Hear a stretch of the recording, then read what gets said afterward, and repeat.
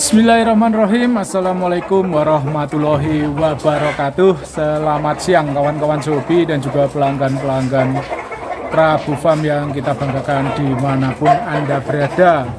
Semoga pada kesempatan kali ini kita semua masih dianugerahi kesehatan, kebahagiaan, keberkahan, dan tentunya rezeki yang melimpah dari Allah Subhanahu wa Ta'ala. Amin ya Rabbal 'Alamin. Pada konten kali ini saya akan membuat video tentang selling teknik aja lah istilahnya. Kita bahas selling teknik itu termasuk dalam hal teknik pemasaran atau teknik marketing ya kawan-kawan. Ini tidak kalah pentingnya juga dengan ilmu ternak. Jadi kita tidak pungkiri kebanyakan peternak ayam hobi ini masih mengalami kesulitan dalam hal pemasaran ya kawan-kawan.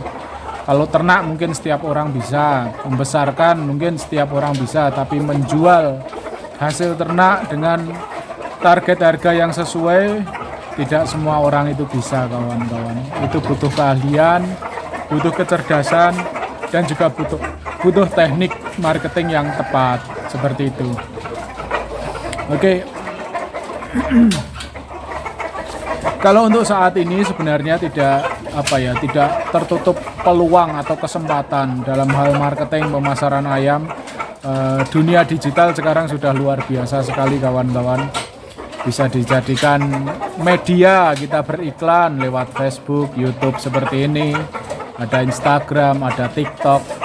Orang yang tidak mengenal kita secara langsung bisa mengetahui keberadaan kita, keberadaan peternakan kita, kualitas ayam yang dihasilkan itu sangat luar biasa. Beda dengan 10 atau 20 tahun yang lalu ketika belum ada medsos, ketika seorang peternak ayam hobi pengen memasarkan ayamnya, mau tidak mau harus ke arena, harus tarung, harus bertaruh atau berjudi karena untuk meningkatkan rating kualitas ternakan ayam kita. Tadi kemarin ada komenan ya, ini saya tulis di atas ini ya seperti ini. Saya menyikapinya santai ya kawan-kawan. Ini kemungkinan orang ini cuma banyak omong tapi nggak banyak duit. Tapi orang kolot yang tidak bisa istilahnya menerima kemajuan teknologi ini bisa juga. Jadi kemungkinannya macam-macam. Jadi saya santai. Jadi kalau ayam tidak ke arena kok bisa jual mahal, dia cuma mau ketawa. Ya ketawa silahkan, mau jalan-jalan lewat pinggir jalan tertawa sepuasnya. Silahkan. Yang penting jangan mengganggu pagar tanaman orang lain lah seperti itu. Karena apa? Karena pola pikir seperti ini sangat kolot sekali kawan-kawan. Jadi ketika kita berusaha, kita membangun sebuah peternakan, paling tidak kita tahu kita mau memasarkannya itu caranya bagaimana. Seperti itu. Untuk saat ini loh dapat dibilang, kalau saya dapat bilang udah cukup tua ya kawan-kawan ya, pengalaman udah kesana kesini. Yang saya lihat itu penjual-penjual ayam online yang zaman sekarang itu masih sangat muda-muda sekali, anak-anak muda istilahnya, yang mungkin dari segi pengalaman di arena dia nggak ada, dari segi perawatan ayam mungkin dia tidak mumpuni, tapi karena segi digital dia lebih paham, dalam dunia marketing dia lebih menguasai, itu pemasarannya juga udah bagus-bagus kawan-kawan, lancar. Harganya saya lihat juga cukup tinggi lah, tidak murah-murah sekali. Kalau jual murah-murah ya mungkin gampang tapi tidak dapat keuntungan. Jadi target harganya tercapai tapi juga ada kelancaran. Itu balance ya kawan-kawan. Kadang seperti saya untuk saat ini memang harga saya masih standarnya agak tinggi menurut saya. Itu karena ready stock kita terbatas kawan-kawan. Nanti suatu saat ketika ternakan saya melimpah itu pasti harga otomatis saya turunkan sedikit agar lebih cepat untuk pemasarannya, cash flow-nya akan lebih cepat. Jadi itu salah satu teknik marketing itu seperti itu ya kawan-kawan. Jadi ada tetap harga itu ada naik turunnya agar balance. Ketika kita perlu kita nahan ayam ya kita tahan, tapi kalau pas saatnya kita harus keluarkan ya harus keluarkan seperti itu. Kalau untuk saat ini kemarin harga kita bandrol 5 juta ditawar 3,5 aja belum saya lepas kawan-kawan. Karena untuk stok pakoy saat ini saya sangat terbatas dan saya masih apa ya istilahnya, kesenangan saya itu kalau ayam saya habis itu saya sedih gitu loh. Walaupun laku tapi kalau ayam saya habis ya saya sedih gitu loh. Mau apa ya, mau nonton apa gitu loh. Intinya saya main ayam ini karena hobi, karena kesenangan seperti itu. Kecuali kalau lakunya sesuai target harga saya, itu saya puas, bangga, senang seperti itu. Laku kalau di bawah harga standar ya buat apa saya jual, kan seperti itu. Untuk saat ini, tapi kalau stoknya banyak ya oke lah, masih banyak nggak apa-apa kan seperti itu. Itu tadi teknik marketing ya, seperti itu ya kawan-kawan. Untuk saat ini ada yang istilahnya ngaku-ngaku sebagai Prabu Farm, pakai Instagram, ada pakai WA juga, dia menawarkan ayam-ayam saya, fotonya foto ayam saya, videonya video ayam saya, dia pasarkan ke orang lain dengan harga yang standar saya, tapi ditawar murah dia berikan. Ya namanya mau nipu. Harga 5 juta ditawar 3 juta, dia mau lepas. Cuma alhamdulillahirobbilalamin, orang yang dia WA itu kenal dengan saya, jadi cross check dulu ke saya, apakah benar ini ayam punya Prabu Farm? Benar, tapi kalau saya jawab benar, tapi kalau 3 juta nggak mungkin saya lepas ayam itu. Itu ayam yang Pancasona itu, pakoi, warna berumbun, warna blorok. Itu sudah ditawar 3,5 kemarin oleh orang Surabaya, belum saya lepas. Saya standarnya kalau 5 juta 5 juta, saya nggak mau bandrol terlalu tinggi. Tawar-menawar itu bosen kayak mak-mak gitu loh. Gaya jualan laki-laki itu harus tegas. Segitu ya segitu. Jadi sesuaikan kualitas ayam dengan harganya. Kalau laku ya dijual, kalau belum ya ditahan, nggak apa-apa. Seperti itu. Terus ada juga pelanggan yang istilahnya nawarnya jauh-jauh sekali itu. Seolah-olah dia kayak apa ya? Menurut saya belum pernah beli ayam atau gimana gitu loh. Kalau saya terus terang malu kawan-kawan. Kalau nawar ayam kok separuh harga itu jelas malu. Karena ya apa ya, kemungkinan dilepas itu nggak dikit sekali gitu loh. Orang jual 5 juta ditawar 2,5 itu udah jelas, kalau orang yang pengalaman udah jelas nggak mungkin lah, nggak mungkin dilepas, apalagi tempat saya gitu nggak mungkin dilepas lah. Jadi kadang saya heran, nawar kok nggak pakai mikir ini orang ini, nawarnya jauh banget dari targetnya. Apa dia nggak pernah beli ayam, atau dia terlalu sering main ke pasar belanja sayuran sama istrinya atau sama ibunya, jadi nawarnya seperti nawar sayuran di pasar gitu. Ya cuma it's okay lah, nggak apa-apa, sama-sama nggak ada yang hilang kok. Cuma ya itu tadi, kalau di tempat saya harga belum masuk standar ya nggak saya lepas, karena memang basic saya jualan itu hobi, jadi nggak terlalu memaksakan harus berlaku, nggak apa-apa.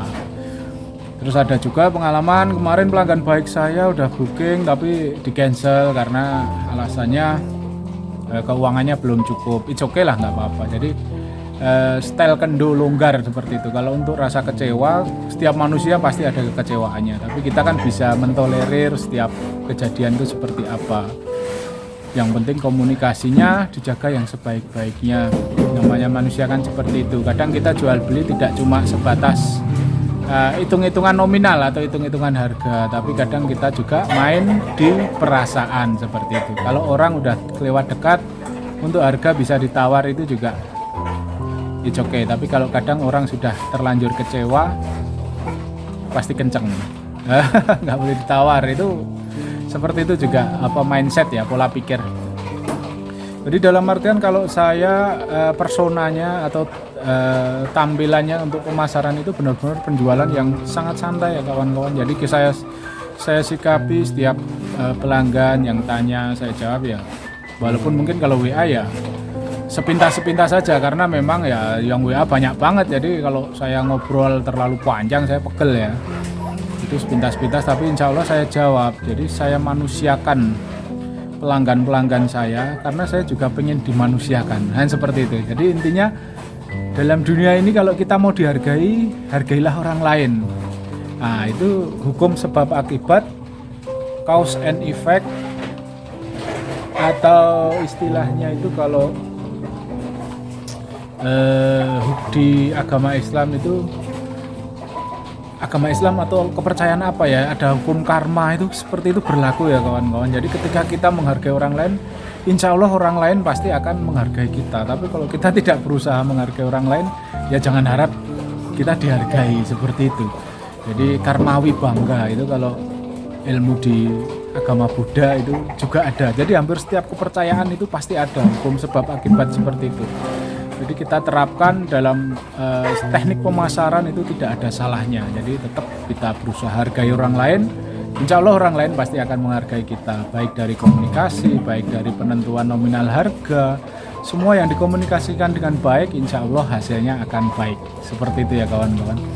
Yang pentingnya itu ya kawan-kawan. Jadi sekali lagi kalau bisa ya dalam hal menjual beli itu kita bisa menghargai orang lain juga. Jadi tidak cuma sebatas jual beli, walaupun tanya nggak harus beli ya nggak apa-apa, kita jawab aja semampu kita jawab. Kalau memang sekiranya kita tidak berkenan menjawab ya udah nggak usah dijawab, cukupkan aja, mohon maaf, cuma gitu aja udah oke lah. Tapi jangan terlalu ketus ya, jangan terlalu menyakiti hati pelangganmu, karena pelangganmu itu juga manusia, sama-sama punya perasaan. Jadi yo kira-kira lah, karena saya pernah ya kawan-kawan seperti itu, seolah-olah ya namanya saya beli, sebenarnya saya sudah tertarik dengan ayamnya, saya sudah istilahnya sudah udah menyiapkan dananya, cuma karena jawabannya nggak menarik hati dan perasaan saya, akhirnya saya nggak beli seperti itu. Karena namanya pembeli itu kan milih mana penjual yang dia cocoki. Jadi tidak cuma sebatas ayamnya tapi juga penjualnya, seperti itu kawan-kawan. Jadi itu pentingnya komunikasi yang baik itu di situ. Saya tanya harganya, istilahnya berapa harganya sebenarnya nggak terlalu mahal. Waktu itu ayamnya cuma sekitar 7,5 juta, saya masih mampu lah beli itu. Saya pikir paling nggak 10 atau 12 juta, cuma harga 7,5 oke sudah mampu. Cuma jawabnya itu begitu saya tanya apa itu lupa, saya agak udah cukup lama soalnya kejadiannya. Saya tanya maksudnya ya kita butuh kejelasan ya, sebelum kita beli transaksi kan butuh kejelasan juga. Itu jawabnya cukup lama, it's okay. Saya tanyakan lagi, saya mohon maaf bisa diperjelas nggak ini infonya gitu. Jawabannya cukup kasar menurut saya. Mas kalau mau lebih jelas transfer dulu aja, nanti saya jawab semuanya. Jadi seolah-olah saya itu diragukan kemampuan untuk belinya. Oh ya udah nggak apa-apa, mohon maaf ya saya belum jadi beli aja, saya seperti itu. Padahal saya udah masuk itu kriteria. Nah dari situ pengalaman saya terapkan sendiri ketika saya jualan. Saya jawab setiap komunikasi dengan pelanggan atau calon pembeli saya itu saya jawab sebaik-baiknya.